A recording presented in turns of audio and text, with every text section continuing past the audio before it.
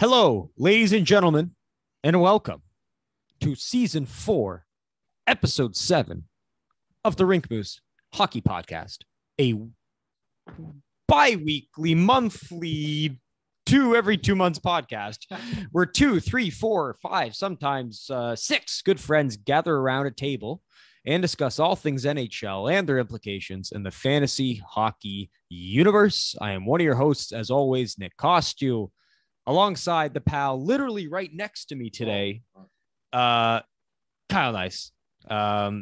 It's the playoffs. How are you feeling, Kyle, going into this playoff season? Well, based on that intro, I hope we can be a little more organized than how the Rink Moose has been in the past few months. So I'm very excited, Nick, about the playoffs. I'm excited. This is my favorite show of the year, to be honest. Like, this is one of the top shows of the year because, like, there's no better time. And honestly, I'll be totally upfront. The regular season has gotten dry on me like a while ago. So this, like, I'm a hockey fan again. It feels like I'm reborn from the chrysalis. I'm like the caterpillars turned into the butterfly, and I'm flying in the meadow right now. I mean, I just couldn't deal with any more of the regular season. So I just pissed off to Aruba, and I let all that time go away. And now I'm back for the playoffs just in time. And without further ado, in the rotating third chair, everybody's favorite Italian meatball, Joe from the bridge, Joseph Camilleri. Joe, how are you doing? I'm sure you're half fired up, half hungover after that big win last night. Not hungover, but yeah, definitely happy to be on the show. I agree with you guys. The regular season was really taking its toll. It was fucking boring. The talk about, when's the playoffs going to start? It had to end, and I completely agree.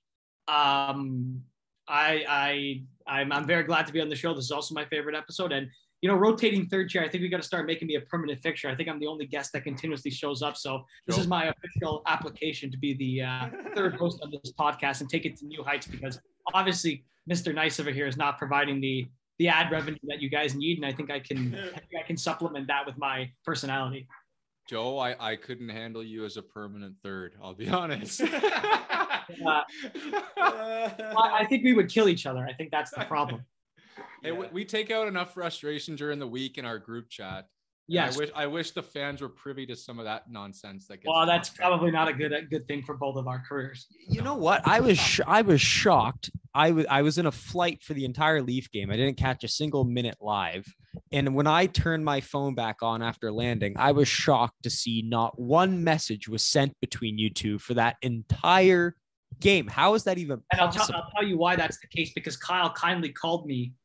I think it was a day before the game, and we spoke about my feelings towards the playoffs and my feelings towards the Leafs this year. And we kind of reached a parlay, a kind of sort of, as they said in Pirates of the Caribbean, a deal here where, I told him my expectations and what I thought, and he told me his, and I think we mediated it out.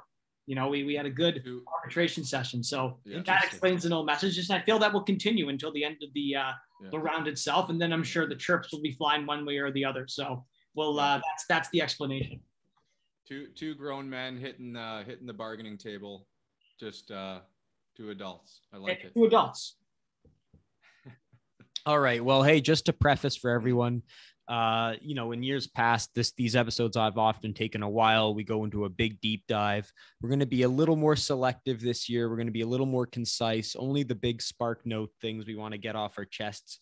But before we do that, and we get into our rapid fire with the series, we want to touch on the Mark Scheifele quotes. He laid out his Scheifele plan, so to speak, as to how he sees his career going from here.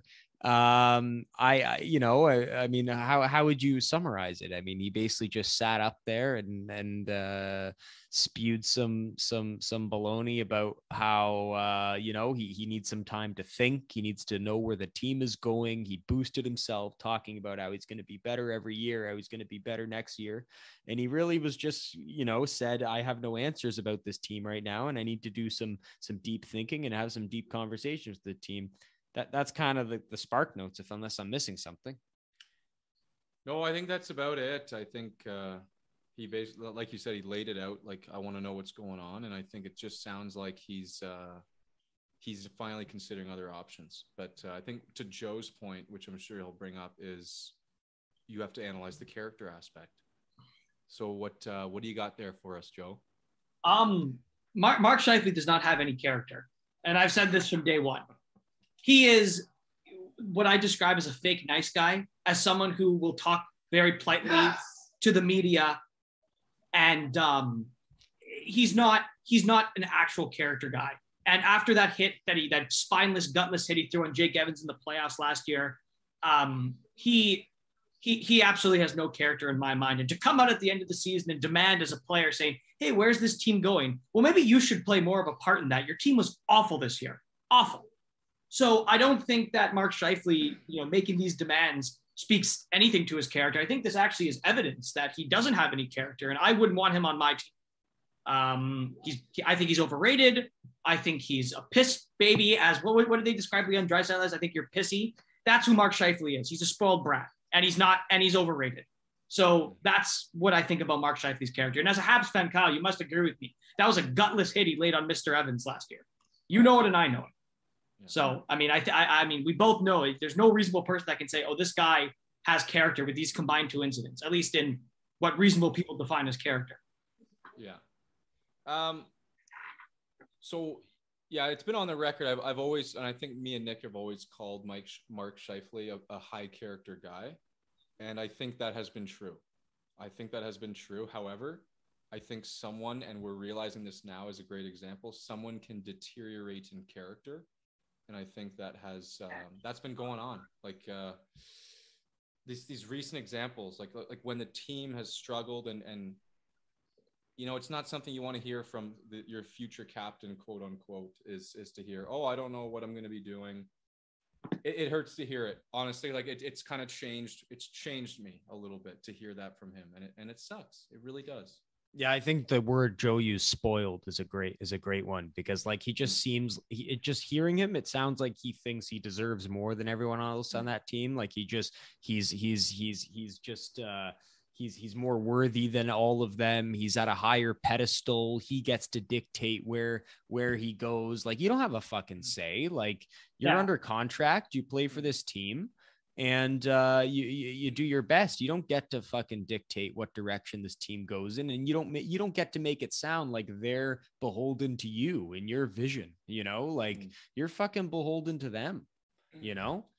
To be honest, I do believe Mark Scheifele is extremely driven and hardworking, and he absolutely has a great love for the game, and he wants to win. I think those are all very true things, but it sounds like maybe he's taking that to be like, I have all those things going for me, and for that reason, I believe I can be entitled, essentially. I think that's what's going on here. Yeah, I completely, that's actually pretty well put. No, I don't deny that he's a passionate guy and he loves the game of hockey, but to behave like that, especially after the fact that you were part of that team that didn't make the playoffs, there's got to be some ownership taken, especially as you said, he's going to be the future captain, to say, look, like, I'm part of this too. Like, I have responsibility to bear. And for the fans of Winnipeg, if I'm a Jets fan, thank God I'm not, but if I was a Jets fan, I'd be like, look, like, how are you sitting here saying this when you were basically, one of the leaders on this team, and you failed this year? You failed the Jets should have been a playoff team. They were projected to be a playoff team,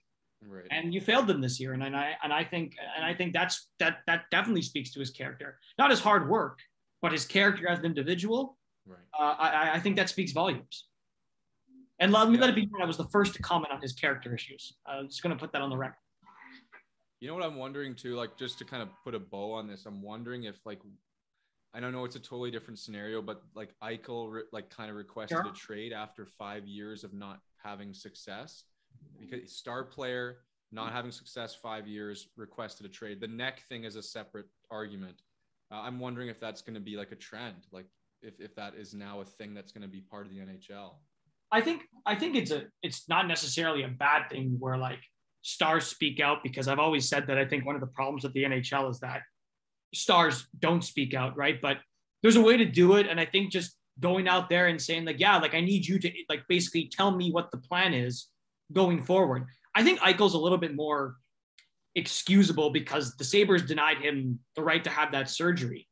Mm-hmm. And if I were him, I'd be like, okay, well, this is my career and my medical status that could affect me for years. If you're not going to give me that surgery, then I'm leaving. But Scheifele's is a purely like, I need to know the direction of the team. Like, what are you, the general manager? Like, no, Kevin Cheveldayoff knows the direction of that team, not you. You play for the team, and you should own up and play better because your team was awful this year and you're one of the leaders. So I think there's a bit of a distinction between the Eichel and Scheifele situation, but it is sort of similar in the sense that there now seems to be a culture in hockey, which is not necessarily a bad thing. For too long, it's been a culture of silence and you just do what the team's told.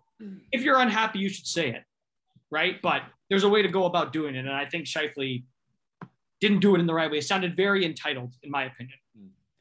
Well, regardless, to Kyle's point, just to put a bow on this, I think it goes without saying, I think that's one of the teams there's going to be a lot of changes this offseason, right? Like it's one of those teams where the core is kind of flat, it's kind of stale, and you need a big dose of change there. You know, I think that goes without saying. I mean, this might be it for him. That might be the last time Mark Scheifele sits at a press conference in the Winnipeg stadium. Yeah. And I think it's shocking because like they have like a top 5 goaltender in the league in Hellebuck. And, they managed to sweep the Oilers last year and then proceeded to get swept by the Habs. But it's like, we all expected Winnipeg to be in the playoffs. Like if you were a Jets fan and didn't expect that, or even a casual fan, even I expected them to sneak into a wild card spot at some point. But, Nick's right. This might just be a case of the core going flat, and maybe they need either a coaching change like Calgary had when they brought in Sutter. Because I think we were saying the same thing about Calgary last year, where we thought the core was flat. But they need a coaching change. So maybe they do definitely need a change in Winnipeg. And who knows, maybe trading Mark Scheifele might be the kick in the ass that they need, and they'll get some returns on that. Or because with Connor Hellebuck, you should be competitive every year. And especially in the West, where teams like Dallas are making the playoffs, or LA, you should be in the playoffs. No, I think it goes I think untouchable. Like Kyle Connor's an untouchable, of course, and he's the guy's a superstar, and I think the character of Blake Wheeler's got to stay there. I don't think you can rip him from that team. Agreed. Yep. So I think Scheifele is probably that prime candidate as far as enough skill on the open market to get you something. But also the character is wearing thin in that room, So I think maybe he's got to go. I think he's probably the prime target there of all those guys. Yeah. And like he would get, if they traded him, he would get a king's ransom. What's Dubois' status? What's his contract status? Oh, he's ending, I think, like now. I think. That's another big one. That's another big one because he's a tumultuous guy too, and he had no shortage of. He had a great year though. He had a great year, and he seemingly fit like a glove. But he's also, who's to say he loves the what's going on there in Winnipeg, And he wasn't shy about voicing his displeasure in Columbus. So maybe we'll have another chapter of that for PLD. But moving on, before we get into the series, is another team that was expected to make the playoffs and flamed out very quickly. Pete DeBoer's Vegas Golden Knights. Joe, what went wrong? What went wrong? He had a law degree and he couldn't coach them to the promised land. What happened here? What happened with Vegas is that they tried to pull a Tampa Bay Lightning in. You know what? Let's acquire all these players, but when the playoff comes around, the salary cap doesn't matter. Their problem was they were still in a fight for a playoff spot when they acquired these players, and they couldn't possibly make it work in the lineup, and they were left with no one playing, essentially. Now, some of their key guys not playing. Obviously, injuries played a factor, but they thought they were galaxy braining everyone, but they really kind of played themselves where in order to pull a Tampa, you have to make the playoffs first. And I guess they took for granted maybe that maybe there was something in the locker room where they took for granted that, oh, well, we've made the playoffs every single year. We're going to make the playoffs. And management thought, yeah, this team's going to make the playoffs. We're fine. Let's make all these moves. And they didn't. It's inexcusable for a team with Jack Eichel, Mark Stone, Pietrangelo, Theodore, to not make the playoffs, even with their injuries and the goaltending concerns. So I think Vegas is a team that also needs like a coaching change or something, because this team should have won the cup, or at least been in a cup final. With that talent, you got to be. And there's also a question, I don't believe in curses or that shit, but it seems like Jack Eichel really has a tough time when he gets traded to teams, or if he's on their team. It seems like they have there's some element about them where they just can't win. I hate to call him a bona fide loser, eh? I hate it. I didn't want to say that, but he's kind of a loser. He's kind of like you curly-headed fuck. Like he's, He's Marv. He's Marv from Home Alone. Yeah, that's a great, yeah, exactly. To that point, down the stretch, last 6 games, he's got 1 point. 1 point in the last 6 games of the most critical. That's not good. It's not going to cut it. What I'll just kind of what I'll throw into the hat, all those points I agree with. 2 words, 2 phrases: karma. Yes. Hockey gods. Yes. This is the hockey gods at work saying, no, you can't act this way. Yeah. Vegas. Yeah. And that's what that is, honestly. Let's poach Mark Stone. Let's poach all these guys. Let's ship out Fleury, who's beloved across the league, for fucking 0. And it's, this is. They tried to build the team by just writing checks. And we know history tells us that the best way to build a team, the teams that win cups, well, yes, there are great additions at the deadline. It's homegrown talent that you drafted. You can go back to Pittsburgh with Crosby and Malkin. You can go to Tampa with Point, Stamkos. All those guys were drafted within the organization, stayed there to blossom. You can't win a cup in this league by just being like the Los Angeles Lakers in basketball and buying players. It never works. And I don't know why. That's just the way hockey is. And you need homegrown talent, and bringing in guys like Jack Eichel who have character issues in the past and stuff like that, and trying to skirt the cap system because you think you're trying to galaxy brain everyone. That's not the way to do it. And we know what happened. And you can't not make the playoffs in the West either if you're Vegas. Like, again, like the West is, I mean, aside from the Pacific, Joe. Yeah, like that's even like, like who are you playing against? Edmonton? Like, come on, like, Well, Edmonton's good. But anyway. Well, they're not, but still, I mean, like you're playing against the 3 Pacific teams like 4 times a year. You got to make the playoffs. Vegas is a microwaved T-bone steak. Yes. Microwaved. That's what it is? It's like ordering the keg on Uber Eats. Yeah. Bingo.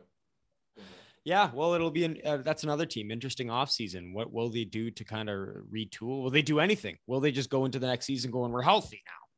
Yeah. Like I have no idea. The goal. I don't think the goaltending is going to hold up. This whole thing about Robin Leonard he's gonna find himself in 5 months. I don't think so. He's gonna go to Cabo and find himself. Yeah, he's gonna go to Cabo and find him. Him are gonna go. We're gonna fucking have a couple drinks on the beach, and it'll be. I love Robin Leonard though. I like the character, but like I think he's a funny guy. I love how outspoken he is. I love how raw he is. I think it's fresh for the league in this day and age where you have a lot of boring interviews and shit like that. But I maintain I don't think he's ever been a great goalie. I think he's overrated. I think he's very overrated. Yeah, that could be true too. I do like personality. He brings some character. Yeah.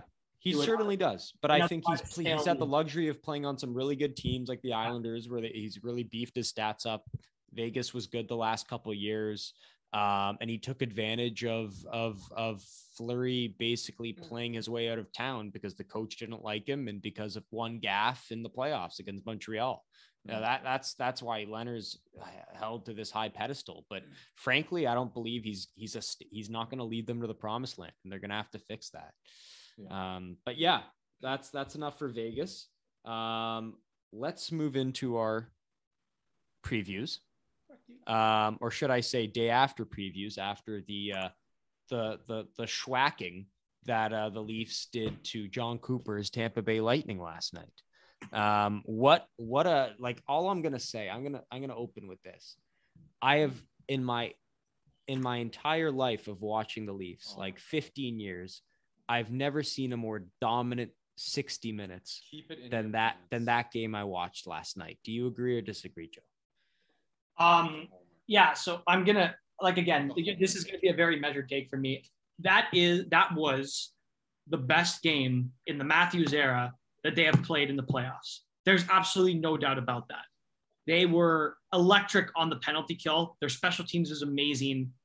They were great defensively. Jack Campbell was great. And you really couldn't ask as a Leaf fan for a better game that ticked all the boxes. So first box, Matthews and Marner have to score. That's the narrative. They had 6 points between them, which is more than both of them had in the entire series against Montreal last year. Box ticked. Number 2, is Jack Campbell going to be playoff ready? Has a 25 save shutout. Box ticked. can they compete physically with Tampa Bay? Well, from all those scrums I saw and Jan Ruda's bloody head at the hands of Morgan Riley, they did. Like they box ticked.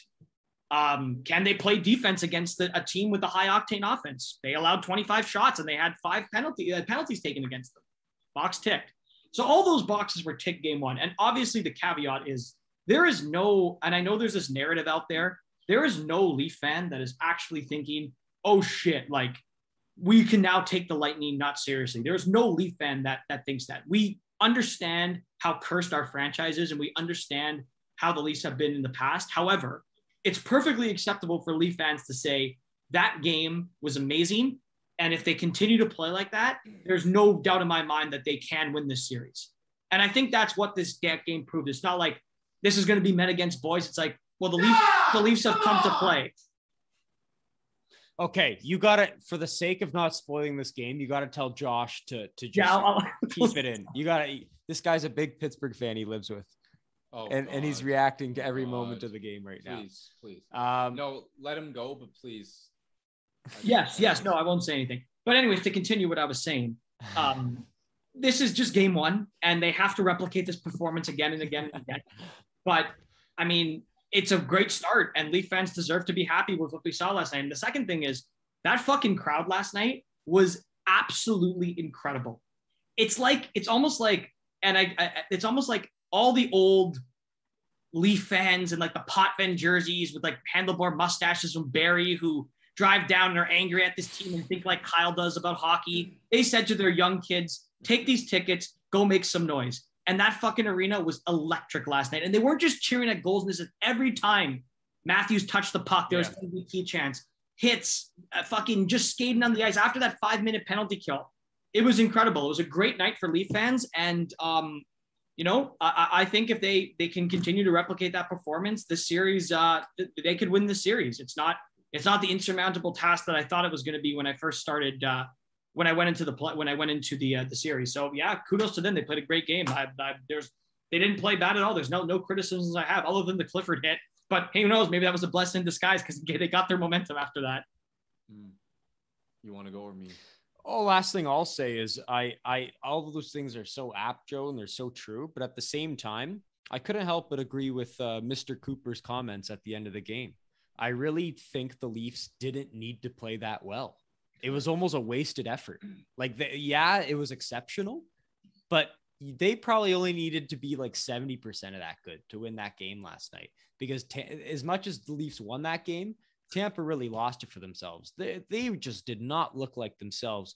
Nikita Kucherov flubbing on pucks, Vasilevsky not being able to get on a run in goal, just constant mistakes. That Victor Hedman, the Kampf goal and the shot blocked, and Hedman not being able to keep up. That just was not a good look on the Lightning and those veterans. Stamkos not being able to bury that puck, that open net.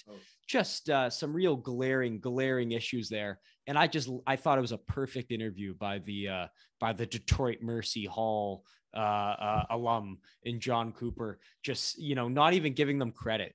Anytime the interviewers tried to pump the Leafs tires, he kind of just sat there with a smug look on his face and said, we weren't really that good. We'll be better next game back. Yeah. And I think that was a smart comment from him because he obviously wanted to do that. No, I don't think that was to take a shot at the Leafs. I think that was more to take a shot at his own team and say, you guys have to play better, which they do. However, I think it would be a little bit naive to not give the Leafs credit for playing the way they did, because at the end of the day, man, you gave a team with the hottest power play in the league going into that series. You killed 5 penalties, including a 5-minute major. I mean, that can't be all Tampa fucking up. At some point, that's got to be the Leafs penalty kill. I mean, even defensively, they were getting their sticks in the way. They were blocking shots. Fucking Marner was throwing hits out there. I agree. Tampa is obviously going to play better. There's no doubt about that because they can't play any worse than that. Like, there's no possible way you can play worse than that. But if the Leafs play like that every night, it's going to be very difficult for Tampa to score. Yeah. No, you won't win that series at least. Play like that. The problem is they won't. But Inevitably, this Leafs team is going to get a little comfy. They're going to they're not going to be able to keep that up. I think anyone could have predicted a game 1 Leafs win, because I think the barn was going to be rocking. I think the Leafs were uber motivated. Like, think about it this way. Their last playoff game was getting embarrassed by Montreal. So you have to wait a full calendar season to get another playoff game in. I expected them to be uber motivated. I expected them to beat the Lightning. And that's why I have this game going 7. They're going to win their fair share of games. The Leafs are going to win their fair share of games. Yeah. But I still have Tampa winning because I respect the team more. I respect Tampa as well. I didn't make a prediction on this series, but I will say that, you're exempt from this segment. Yeah, but I will say that yes, I understand that Tampa will obviously come back, and I disagree about the game. I thought the Leafs, because usually in game, the last time the Leafs won a game 1 was, I think, 2019 against Bob. We were in first year law school. They won. True, they do fuck up game 1s. They're like the Raptors. They never do well in game 1. And I thought that was the game where, because listen, I'll tell you what, if this was 5-0 the other way, we wouldn't be talking about how bad the Leafs play to give it to Tampa. It would be, this team is finished. This is the same old Leafs. And again, you're really not going to know about this Leafs team if they're different until games 5, 6, 7. The first 3 games of the series, they can play well, but we're not going to know if they matured until games 5, 6. When they have a chance to eliminate or stave off elimination, that's when you're going to learn if this Leafs team matured. However, we can take it a game at a time. Let's talk about game 2 when game 2 happens. But after game 1, it's perfectly okay to be like, you know what? This is confident. Matthews and Marner have never, ever in a playoff series done that in any game, ever. So that is room for optimism for Leaf fans. And I just think top to bottom, when you look at the depth of the Leafs, like, they're a deeper team than Tampa Bay. They are. So, exploit that. Keep playing. Tampa, they're not the same they were last year. I mean, I don't think that third line has nearly the identity. No. I think Brandon Hagel looked like an idiot last night. Oh, he looked awful. That guy did not look like a guy worth 2 first-round picks to me. Yeah, and the Leafs, I think that's a little bit different about the Leafs this year, and we both have noticed this, I think, is they have 3 competent defense pairings now. I'm not afraid to leave Jordan Liljegren out there. Whereas last year, when it was like Justin Hall and, I don't know, Sandin, who was his first playoff series, you're scared to leave him out there. But you have 3 competent pairs. You have a true shutdown line. And I just love the way and we didn't even talk about the fact that one of their key energy character guys, Michael Bunting, was not even playing last night. And that guy's getting ready to play. Like I was reading an article today on Sportsnet by Luke Fox, and he was basically saying Michael Bunting wants to be like Darcy Tucker. Like I saw that. So, Yeah, and Kyle saw Bunting was out. He said there was going to be a royal shit pumping in Leaf Square, and boy, was he wrong. You ate your words, so please, now you get the stage. Yes, thank you. So first of all, yeah, I agree with most of what you guys are saying. I'll add a few points. First of all, that was way worse than Columbus or Montreal has ever played. Like Tampa, we need to exaggerate this. They were so bad. It was preseason bad. There were some games Montreal was really stinky. Whatever, last year.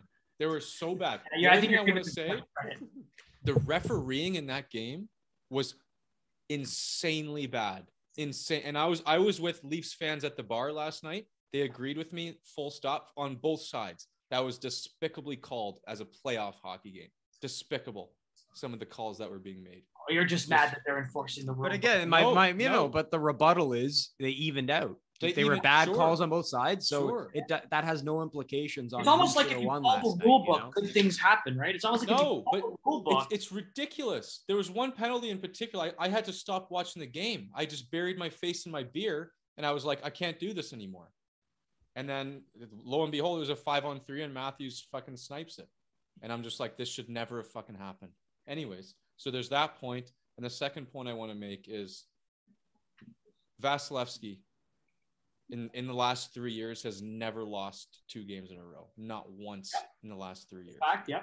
He's a godlike goalie when coming off a loss. We're talking about in the realm of 970 save percentage. So next game is when the series really starts. That's all I'm going to say. Yeah, and that's that's the biggest reason I chose Tampa to win this series. I don't think Jack Campbell will hold up like Vasilevsky can hold up in a 7-game series. You know, I don't buy it. I love Jack. I love the character, but he's not physically what Vasilevsky is, you know?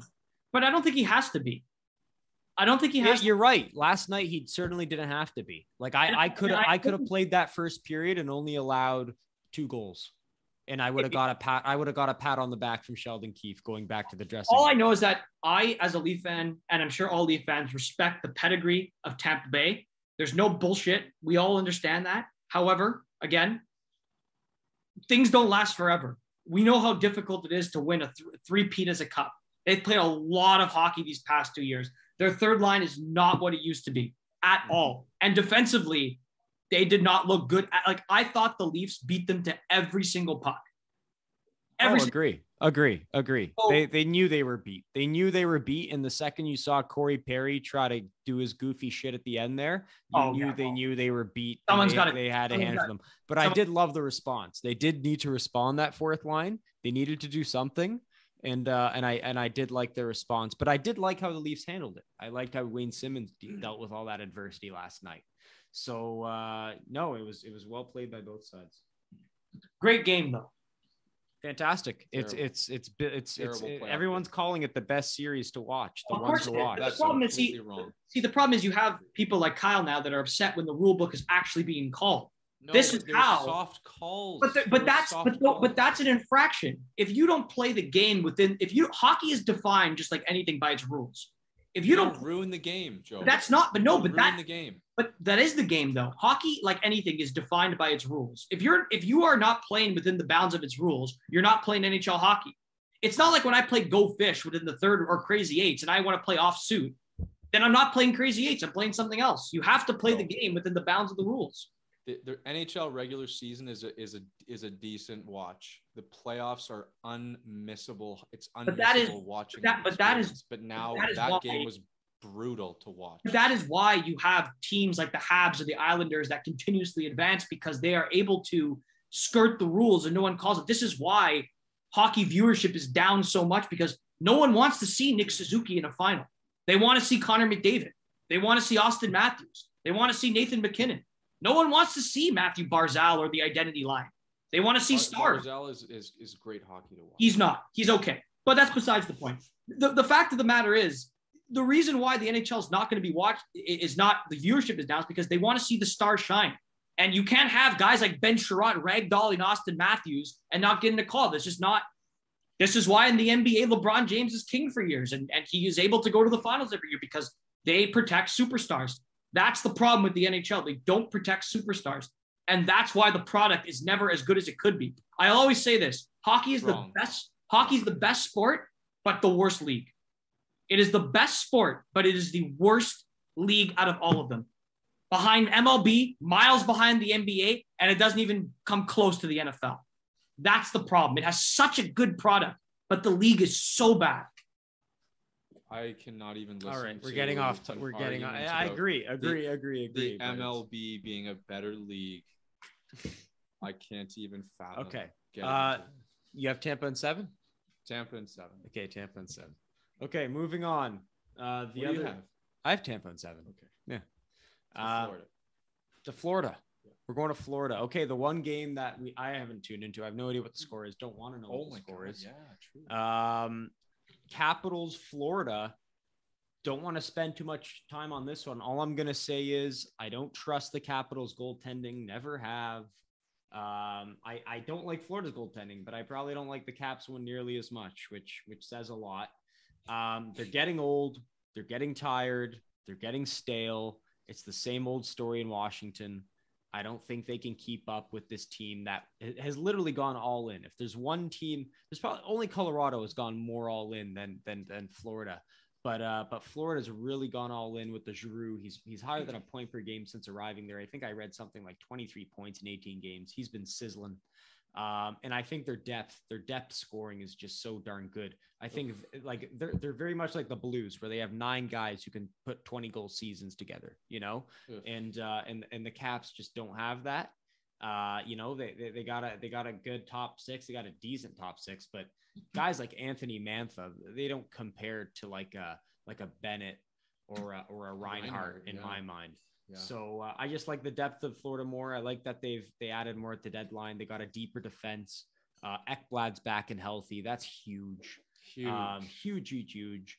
And I'm a Spencer Knight believer if Bobby mucks up. So Florida, I believe I had Florida in 5. You want to go, Joe? I don't believe Florida is going to win the cup like many people think. I think they're woeful defensively, and I think the President's Trophy curse is still upon these teams. But like you said, Washington has a stale core. Their goaltending isn't good, and they're an awful defensive team. Florida might be bad, but Washington's worse defensively. So I say Florida in 5 as well. Like I can't see Washington winning more than 2 games. Yeah, I have Florida in 5 as well. Oh my God. You're stressing me out, bro. Listen, there's nothing to do here. This is the most no. Absolutely. You're right. Great. But no, Florida's like, to me, the best offense in the NHL. And then you're now getting a Norris Trophy candidate back on your blue line. And then you got a safety net in Spencer Knight if Bob fucks up. Like, and man, oh man, like those forwards I can't say enough about. Like, you go down the list, like Reinhart, Duclair is basically a point per game. You could slot him in on your third line. It's ridiculous. Like this, I'm not going to watch any of their games per se because there's going to be conflicting with other better games for me. But man, I wish I could. So they're gonna steamroll. Moving on to the game of interest at the moment, Rangers Pittsburgh. This is a tough one. I was telling Kyle earlier today, Joe, I think he's got the biggest pulse on this series because he's the Laffy Taffy fan. He's the biggest laugh fan, watches every Rangers game, but he historically loves his Pittsburgh Penguins. And so he's torn picking this one, but I think the fact I'll let you take the floor here to start. I think the fact you're picking Penguins speaks volumes. It does speak volumes, and it speaks volumes about my character. First and foremost, logically, a lot of people would pick the Rangers. Like statistically, it favors them. You might look at a roster black and white, and it favors the Rangers. Here's what I'll say against the Rangers. I think Zibanejad is a low IQ poser. Essentially, he's got a great shot. He's got a great reach. But this guy is not a gamer. No, he's not. He's flashy. He's nice. He's a nice regular season player. Yeah. I don't see him being a big game player. He's James Harden. Yeah. And then you've got your second line center, Ryan Strome. I think Ryan Strome is a very adequate second line center, but he's no Evgeny Malkin. He doesn't have game breaking ability whatsoever. And then you have a lot of inexperience, on the lower end of the lineup. Like the kid line it looked great so far in the first, but the kid line is very unproven. And that's honestly the X factor in the series. But there's just too many elements. Like Kreider overperformed all regular season. He does score playoff style goals, mind you. But and then you've got Shesterkin, which is, again, best goal in the league. But is he proven in the playoffs? We don't know that. And then when you look at over the flip side with Pittsburgh, listen, they've been horrible in the last many playoff series, many first rounds. They've been terrible. That streak breaks this year. This is the last potential year with the core, the most legendary core in Pittsburgh history, perhaps. And I think that the urgency is so high now. I think they got complacent in the last few years. We've won a couple cups. We've gone back to back. We're not jazzed up about things. We're stale. But when it's your last year together, I can't imagine they lose this series for simple principle of the legacy. I can't imagine. Casey DeSmith has been on fire. They're a small team, but they're fast. Based on heart pick, just based on pure heart and intuition, I can't fathom they lose the series. So that's my reasoning there. I'm going to pick Pittsburgh, but they got to get hot. They have to find a streak here. Before Joe goes, I'll echo everything you just said. Also, I think I don't like the youth of the Rangers in this series. I think they're still a tad young. I think their great players are going to be great. Schneider's going to be great. Keandre is going to be great. Laugh's going to be great. Kako Jury's still out. But I think the fact you still have so much of your lineup as those kids, to me, I just don't think they're ready for prime time. whereas Crosby's been through prime time too many times, and I just got to bet on him. And then of course the coaching matchup. I think Mike Sullivan is he's brilliant coach. He's done it with teams that have not been predicted to go that far. He's done it against many odds, and I think he's a better coach than Gerard. And I think he can outcoach him. And I'm betting on the Stars of Pittsburgh. I'm betting on the experience. I'm betting on a Jeff Carter and a Brian Boyle over a Kakko and a Lafreniere. I'm just safely betting on that. And I think the goaltending will hold up. And if DeSmith lays an egg tonight or next game, hopefully Jarry comes back and redeems himself from last year. So Joe, take the floor. I'll go Penguins. I got Penguins in. I have Penguins in 7, I think. So do I. Yeah. I mean, I agree with all those points. I think the big issue is going to be the goaltending, of course. I mean, I kind of know what's happening in this game right now, so I kind of have a better Come on, man. Lay out what's going on. Goaltending has a way of evening itself out. That's all I'll say. But listen, I bet on experience all the time, and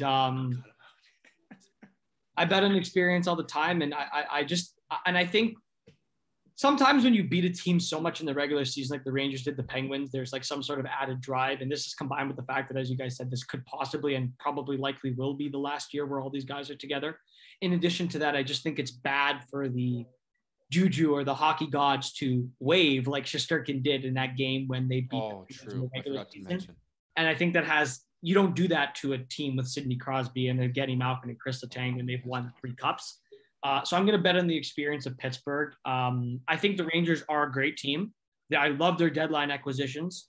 The youth is good. Brandon Schneider, Keandre's great. Laughs okay.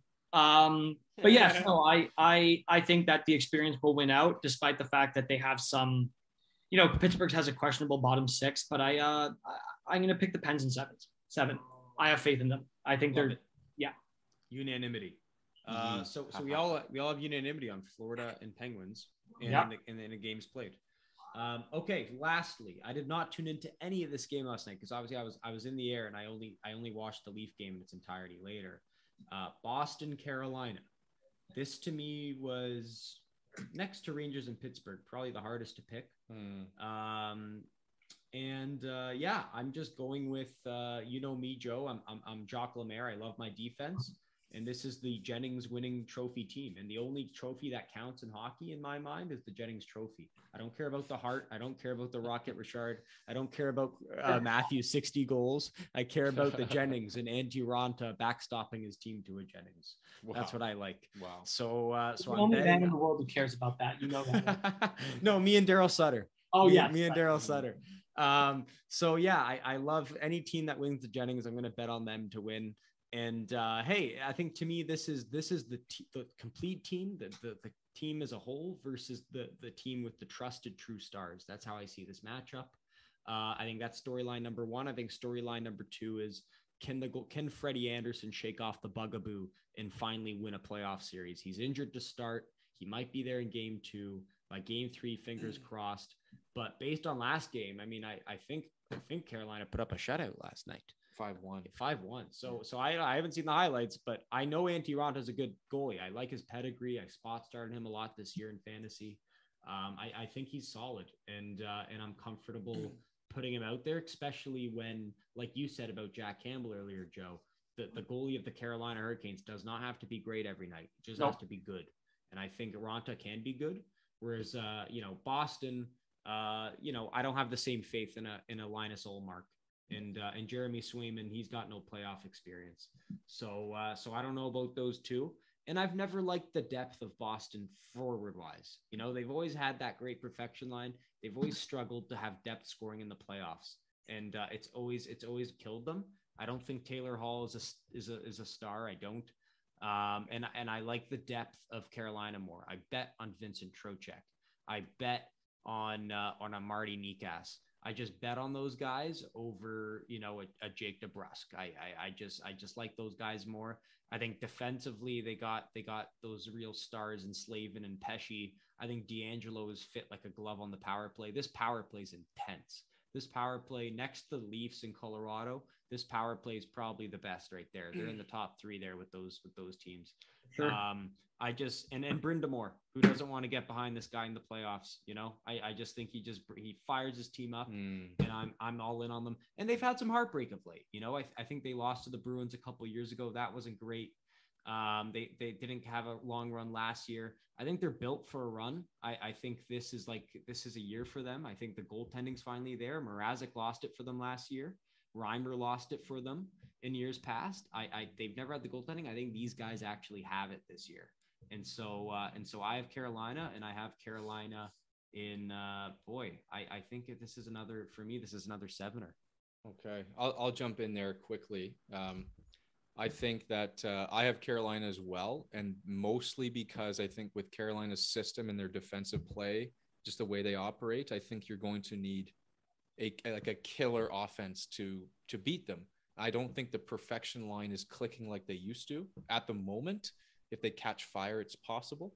But at the moment, I mean, I trust Boston to be a good defensive team too, but I think they're going to have to be able to score goals against this team to win.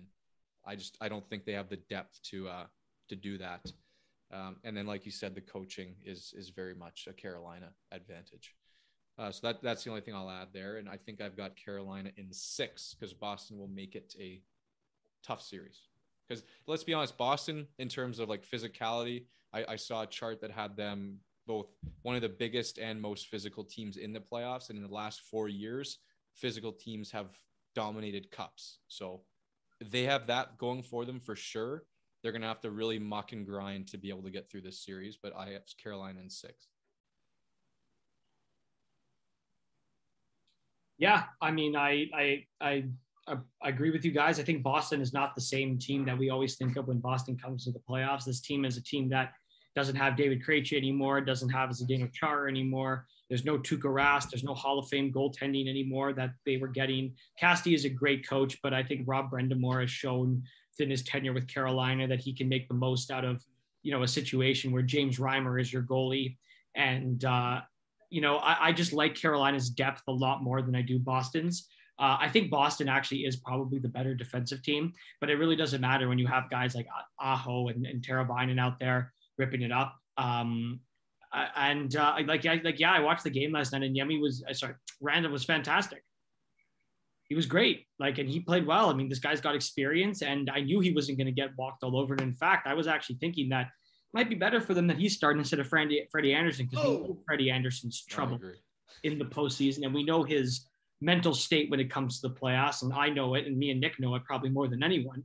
I think Carolina is going to win this series. Boston will not make it easy for them. But the goaltending in Boston will be their downfall. I mean, Ullmark last night gave up some goals that he definitely shouldn't have. There was a goal short side that can't remember who scored, but that, you got to save that. First, and playing in Carolina is a tough task. Those fans were almost as loud as the people at the SBA last night. So I'm going to say Carolina in 6 as well. I think Boston will make it tough when they get back to Boston, but ultimately the skill of Carolina is going to beat this Bruins team that might also start needing a shakeup pretty soon, because this isn't the Boston Bruins that we know and love. Well, something. MVP of the series for me, Andrei Svechnikov. Yes, sir. That is a playoff performer. He is a playoff. And if Boston wins, it'll be Charlie McAvoy. Yes. That's my prediction. Well, if Boston wins, it'll be McAvoy, and it'll have to be one of Ullmark or Swayman that has to steal the series. Swayman, because they ain't going to win any other way. Yeah. Moving on. Okay, moving on. Talking about mental weakness in the playoffs. Mike Smith laid an egg last night for the Edmonton Oilers, and boy, oh boy, did Joe call this one from a mile away. Can I start with this one, please? Yeah, please. You guys are done. Or no, go ahead. Continue your intro. No, that was it. I just wanted to say, I think that's the story from last night. I think that's all everyone's talking about, is how he let his team down, how the Oilers arguably outplayed the Kings in that game. And the Stars came out to shine. McDavid had a beautiful goal past Jonathan Quick there. Great individual effort. But boy, oh boy, here we go. Mike Smith, 9-1 going into the playoffs. Everyone's like, oh, he's back, folks. He's back. Oh, I love it. He gives up second goal of the game. He's already cursing at himself. Don't you hate that when a goalie lets a goal in? You could clearly see his head bop, and he's just going, fuck me. They're so bad. Yeah, no, so I actually last night bet money on the LA Kings and I won like $300, which was great. Wow, this guy. I knew like I don't share my betting tips anymore because I'm gonna start charging for them when it comes. That's why you were praising Dano last night. Well, I was. Oh yeah, like I fully admit everything I ever said about Dano in the past was solely because he was a half, but he's a great hockey player. Let me tell you something about the Edmonton Oilers. This team is the most non-playoff hockey team out of almost all the teams in this playoffs. They are soft defensively. They have, I mean, if Darnell Nurse is your best defenseman, you have serious problems. They got a blue line of Cody Ceci, Tyson Barrie, Duncan Keith. And Duncan Keith is well past his prime in terms that these guys aren't going to hold up very long in this series or series elsewise. Their goaltending is atrocious. I mean, where do you go? It's like a grenade and like a ticking time bomb. You got Mike Smith, who's a fossil and is awful, and Mikko Koskinen is just like a 24-year-old, a 25-year-old Mike Smith. It's terrible. Outside of McDavid and Draisaitl, that bottom six of the Oilers is just pitiful. They're pitiful, mediocre players that are not playoff caliber or good. Without McDavid and Draisaitl, this team would be a lottery team. They would be in the draft lottery competing with the Montreal Canadiens. And this series is going to come down to, I think it's going to come down to who can give up less goals, because both of them last night, I watched that game in full from 10 to 12 because I had money on it. Both of those teams are extremely jittery. They're obviously not your traditional playoff hockey teams. But when it comes down to it, these games are going to be 4-3, 5-3. It's going to come down to what goalie can make a save at the end. And I trust Jonathan Quick and Kyle Pettersson a hell of a lot more than Mike Smith and Mikko Koskinen. I think LA is going to win this series in 6 or 7 games. I'm going to go 7 just to hedge my bets. And there are guys on LA that are turning back the clock. Like Kopitar had a fucking fantastic game last night. Jonathan Quick played out of his mind. And, if Mike Smith is going to keep giving up muffins like that and Koskinen isn't any better, how can you win a series? The most important position in the playoffs is goaltending. And the Oilers don't have that. And if you don't have goaltending, you have to have good defense. They don't have that. And if you don't have good defense, you have to have a potent offense outside of 2 players. They don't have that either.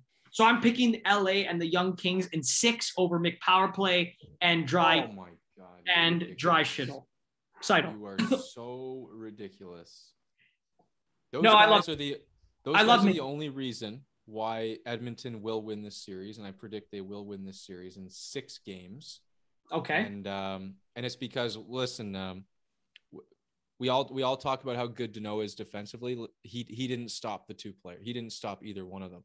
And that spells danger for LA. I know Mike Smith spells even more danger, which, yes, it's concerning. The fact that they're questioning which goalie to start in game 2 is extremely concerning. The coach won't trust players. I get it. I get it. It's bad.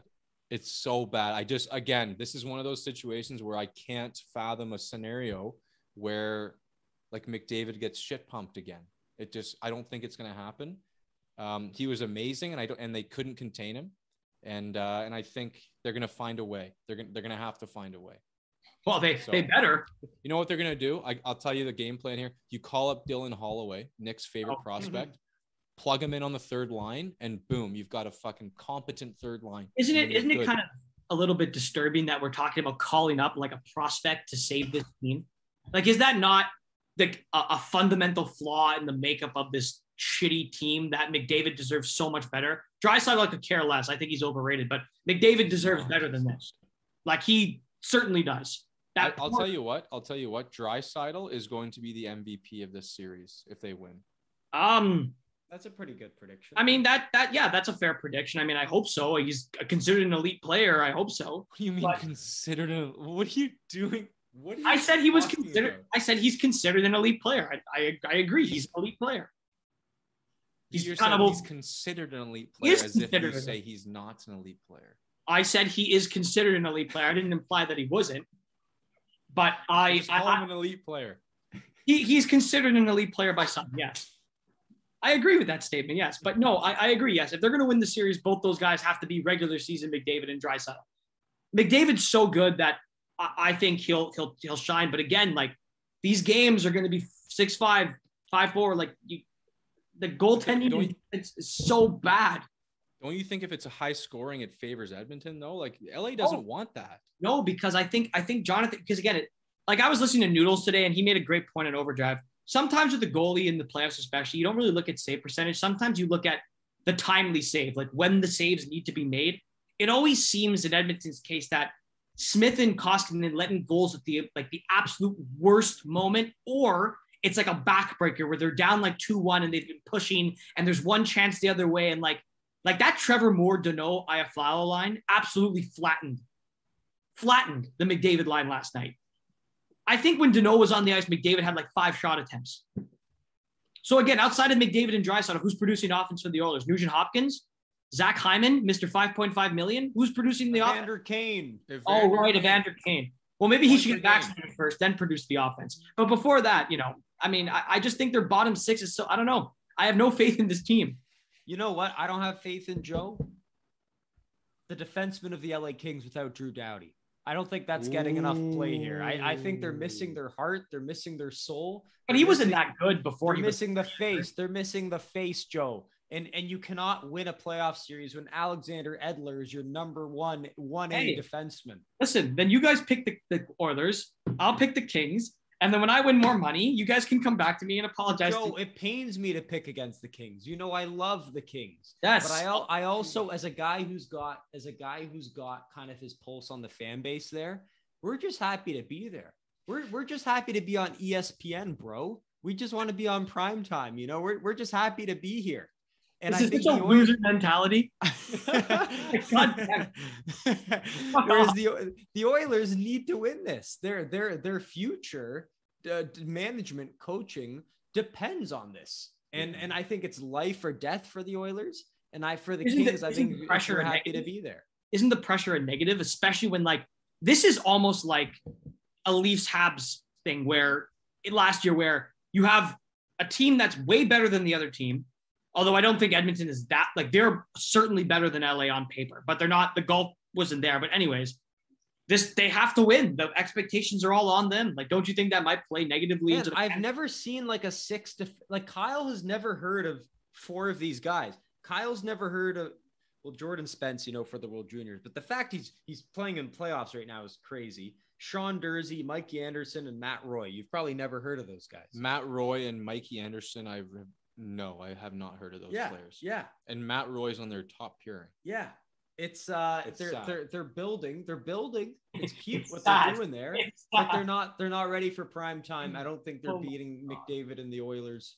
And I picked the Oilers in 7. But boy, oh boy, does Mike Smith scare me. I've always made that abundantly clear. Well, me and you hated Mike Smith. And man, when he gave up that puck behind the net and then had to do a Superman dive to keep that out, that was just a god-awful look. Man, that guy's playing beer league for 95% of the game. That guy could be at Sports Village tonight. Yes. Boy. He's at Chesswood. He's at Chesswood right now. Tim, Cole Caulfield. He's getting his reps at Chesswood. Tim, Josh Anderson, Cole Caulfield, all of them at Chesswood. Shit. Not a good look, man. Oh, not at all. Okay. Moving on. Passionate take. To the other Canadian series, the one that will be getting started here in the next hour. Calgary against Dallas Stars. Probably not the most lopsided. I think that probably goes to Colorado's matchup. But I don't know, kind of a boring series if you ask Very me. Boring. I can't really think of excitement near. I think Calgary naturally is a pretty boring team with the Sutter style. Dallas is a boring team with the way how offensively challenged they are. They're also don't see. This will probably be the most boring series of the 8. I almost want to say that. Yeah, I would agree. Because it like Colorado's going to ship pump Nashville, but at least it's Colorado and it's going to look good. Yeah, it's going to look great. Yeah, I can't wait to watch it. Yeah. So I think I don't think Dallas has a chance here, but I do like their veterans, and I do think they'll at least win a game or 2. And I that top line's really good. I mean, Jason Robertson has turned into a star this year. That top line's no joke, but Calgary's top line is better. It's been better. And they're just so balanced on the back end. And they got a goalie. Dallas doesn't have a goalie. I don't consider Joel Ottinger a goalie. No. I consider him he's just a 1B, that's all he is. And Markstrom's Markstrom. So I think this would be a crazy upset if the Flames got knocked out. And you know what? The bugaboo. Johnny Gaudreau's always had the bugaboo, right? Can't get it done in the playoffs. Correct. That whole core. He's dog shit. Goudreau, Lindholm, Kachuk, that whole core has been cursed in the playoffs. So Yeah. this is their time to shine. This is where you gotta really show it. You know. Yeah, I'll be quick here, Joe. I think Calgary is gonna basically, you know what? They're not gonna walk through this series. I got them in 6. I have them in 6 too, and it's not so much because of Dallas. I actually believe Calgary is a bit overrated. I think a lot of people have them going right to the finals. It blows me away that people have them beating Colorado, but a lot of people do. Oh, they're built for the playoffs. Oh, Sutter is just a genius behind the bench. Get this fucking information. Their second line center is Michael Backlund with 40, he's had a good year. with 45 points. He has not had a good year. Defensively, he's had a good Put up year. his fucking stats. This guy is a joke. He's no Philip Deneau, I'll tell you that. Yeah, And he's got 45 points as a second line center. This is borderline a one-line team. This is bordering a one-line team. And for that reason, yes, they'll get past this series. They'll get past Edmonton next series, sure. But they're not getting past Colorado. And they're not going to be some dominant force. Like, I'm sorry. And Gaudreau is a no-show every year. You expect this just all of a sudden because of Sutter that this is going to turn around? I don't fucking think so. I don't think so. So, yeah, it'll be 6, and they'll show some cracks in the armor here. That's my take. I actually surprisingly agree with Kyle on this too. Like, I think Calgary is a good team. They're very good defensively, and Markstrom is an elite goalie, so that's important. The thing about Calgary that scares me, not only for this and going forward, is that you have to remember that guys like Gaudreau and Kachuk are having like career years. Like, this has never been done before. This is like a one-off sort of thing where they're first starting to get points. I think that they happen to get probably the worst team in the playoffs. Like, Dallas is probably the worst team, like top to bottom in the playoffs. And the goaltending from Markstrom and the defense that Calgary plays, they're going to win this series in 5 or 6 games. I'll say Calgary in 6, just or whatever. But to Kyle's point, that this talk of them being like this juggernaut that's going to take out Colorado, like, I don't see it. Like, where is Calgary better than Colorado? Like, not defensively. They've got a fourth line I've never heard of. The only thing that Calgary has on Colorado is that I will say that Markstrom is probably a better goalie than Darcy Kemper. But again, Darcy Kemper doesn't have to be elite for Colorado to win a series. In fact, he could probably be subpar and Colorado could still win a series. Colorado, like the Leafs, has their own mental demons in their head where they have to realize we're cup favorites and we should be steamrolling any team we play against. I think this is the year they turn the page, and maybe that goes the same for the Leafs for the Leafs, and Colorado is the Leafs of the Western Conference. So hopefully that turns the page. But I'll say Calgary in 6 because also, who gives a fuck about this series? I probably won't watch a second of it. This is probably the worst matchup. Like, it's not even like Colorado Nashville where like, okay, I get to see Nathan McKinnon and like all these stars. Like, who am I watching? Johnny Gaudreau? Like, I don't give a fuck. They're playing Dallas. Who cares? They're two irrelevant teams, irrelevant markets, irrelevant province. Who cares? Calgary in 6. Love it. That's all that needs to be said. Okay, we talked about Colorado Nashville. They get started here in about half an hour's time. I think to your point, Joe, it's got a lot more star power. You got lots of storylines here. The Norris Trophy storyline, right? Makar versus Yossi. Who's going to stick out there? Easy. Can David Riddick win a playoff game? I sure as hell don't think he can after the way he fucked up the Leafs. I just that to me is probably the biggest Achilles heel here for Nashville is you're missing your workhorse goalie, and that's another reason why you can't start a goalie 67 games this day and age. He's gonna hurt himself, and poor guy hurt himself last week of the season, and now he's out for at least the first 2 games here. So I expect Colorado to come out flying. They're healthy, right? They got Landeskog back. They got Kadri back. They got Byram. He's now healthy, back. Right? Yeah, he's ready to go. I mean, this team is feisty. This team is they have everything now. They made the right moves at the deadline. They got Josh Manson. They got, obviously Kemper's picked it up since the deadline. So I'm loving what I'm seeing out of Colorado. I think they're going to win this one pretty handedly. If UC Charles doesn't come back, I wouldn't be surprised if it's a sweep. But with parity nowadays in the NHL, I'm going 5. Colorado in 5, and I'm predicting them, as you see in my bracket, to win the Stanley Cup. I'll make it quick here, Joe. I got him in 4. It's going to be a shit pumping like you've never seen. It's going to be must-watch hockey.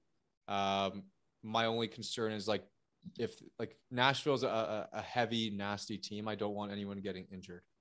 So that's my only concern here. And I think that's the only thing Nashville can possibly do. So in my opinion, play the first 2 periods hard, go up 3-0, and then just play safe, dump and chase hockey. One more thing I want to mention. Someone way under the radar, Val Nichushkin. Yes. Is an elite top 6 forward. This guy has put up insane numbers. He's huge. He's a power forward prototype. He's unbelievable. He's sticking on the top line with McKinnon and Rantanen. Landeskog's going into line 2 to balance things out with Kadri. And what an amazing player. What a breakout this year. Unbelievable. Yeah, I mean, what else can you say? I mean, this is a mismatch. If Saros was in net, I think the series would be a bit closer, but I just think the firepower of Colorado and, their pedigree and McKinnon's playoff performances in the past, he's a playoff performer, he's a gamer, and they're going to win this series in 4 games. Yeah, they're going to sweep them. I think this is going to be like a St. Louis last year where they're just going to take care of business. And I mean, the only thing that really can hold back Colorado is themselves, really. That's it. There's nothing else that can – there's no team that matches up well with them, period. Yeah. Okay. Yeah. We're going to end this before this game's spoiled for us, Joe, if it hasn't been spoiled already. Listen, at the end of on. Don't even fucking look at anything. Don't even look like anything. Yeah. Final series and arguably the best one of them all, if I may say so myself. Minnesota, St. Louis. People are calling this even more entertaining than the Leafs and the Lightning. Do you agree, Kyle? Easily. I came home last night and I turned this on. I thought it would be a good third period to tune into as I came home at midnight, and it was already 4-0 Blues. And I was like, well, I'm not watching this. But yeah, I'm not surprised. I think where most people are getting wrong on this series is picking the Wild because of the goaltending. Too many people are saying they got Fleury. That's the move that's going to make them go. That's the move that's going to make them a cup contender. But I think too many people are sleeping on Ville Husso. Too many people don't know who Ville Husso is.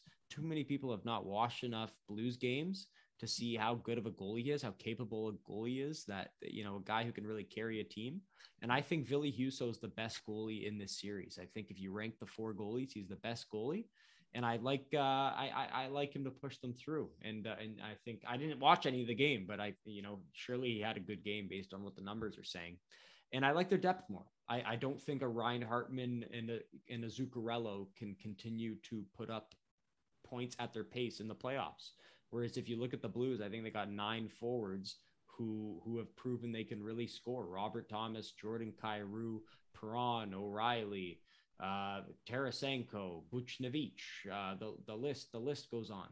And I think next to Florida, those 2 teams have the most depth up front, guys who can just seemingly score first line to third line. They got some wrong, dude. So wrong. This is the St. Louis Blues. They're great. Man. The most depth up front. Yeah, yes. Come on. They have 9 20 goal scorers. Dude. No. Yes. I would matter. I took a slide. They're riding a heater that they cannot sustain. No. People are overperforming like you would not believe. Brandon Saad 24, O'Reilly 21, Thomas 20, Buchnevich 30, Barbashev 26, Shen 24, Kyrou 27, Tarasenko 34, David Perron 27. It's the most balanced attack in the NHL. I don't know. I think you might. I'm speechless. I'm going out with a bang for this last series here. I didn't know what to say. It's the St. Louis Blues. They're a decent team, but I think to say that they've reinvented themselves, Joe. They used to be the boring Blues, but these kids have really picked it up this year. And I think, to say that they have the best depth up front, or one of the best, is a bit shocking considering this playoffs features the like of Florida, Colorado, Toronto, Tampa Bay, I think teams are more top heavy. The Blues don't have a first line. They have 3 second lines. Well, is that not okay? Well, great. That's not great. Yeah, it's not good. I mean, I'll take it because in the playoffs, when one line gets cold, you need the other one to step up, and they're going to do that. The Wild don't have that. Like they have the star in Kaprizov. The thrill. They have the thrill. They do. They have the thrill. But and Fiala's been a great story this year, and he'll probably keep it going here in the playoffs. But I don't believe in their other guys to keep going. I don't believe in Zuccarello and Hartman and Eric Sinek. The defense is better. Jared Spurgeon is a star in this league. But you know what? I don't like I like Ville Husso more, and I think you guys don't know who Ville Husso is, and you're about to find out. I know who Marc-Andre Fleury is, and that matters way more. Why didn't he start last night? He played. Did he not start? No, I think Talbot started, but he played at some point. Did Talbot? Maybe he did. I didn't watch the game. Fleury, I know I saw Fleury goal go in. Okay. That's not good for Fleury. Well, whether he got scored on, like, I don't know what happened, but yeah. Anyways, I don't even know what to say after that bullshit. That's the most ridiculous thing I've ever heard. Well, they're gonna beat them, boys. So just settle in. And last night they crushed them. Yeah, they crushed them in Minnesota. I may honestly believe that the Blues might win the series, but out of spite, I'm picking Minnesota in 6 because of those ridiculous comments. Minnesota in 7 because again I cannot wait for the depth scoring of the Blues to show themselves, and I'm going to be yerping you guys this whole series. Oh yeah, fine. You won't hear the end of it. So do you guys want to know the score in the Pittsburgh game? No, we're about to tune in. We're going to watch the whole game in its entirety. Kyle's losing it here, so we're going to watch the end. Thanks for coming on, Joe. Always a pleasure. Yes. We love this episode every year, and it was great having you on yet again. Yes, thank you very much, guys. Go Leafs, go, and I'm sure we'll be in communication throughout the playoffs. Of course, and please tune in next week. Kyle and I will be doing our live watch of the Shane Wright lottery, the biggest night of Nick's life next Tuesday. It's going to be a good one. We encourage everyone to tune in for that. Yes, take care. Thank you very much, guys. Ciao. Okay, take it easy, Joe, and good luck with the trial. Yes, thank you very much. Appreciate it. Okay, take it easy, buddy. Bye-bye.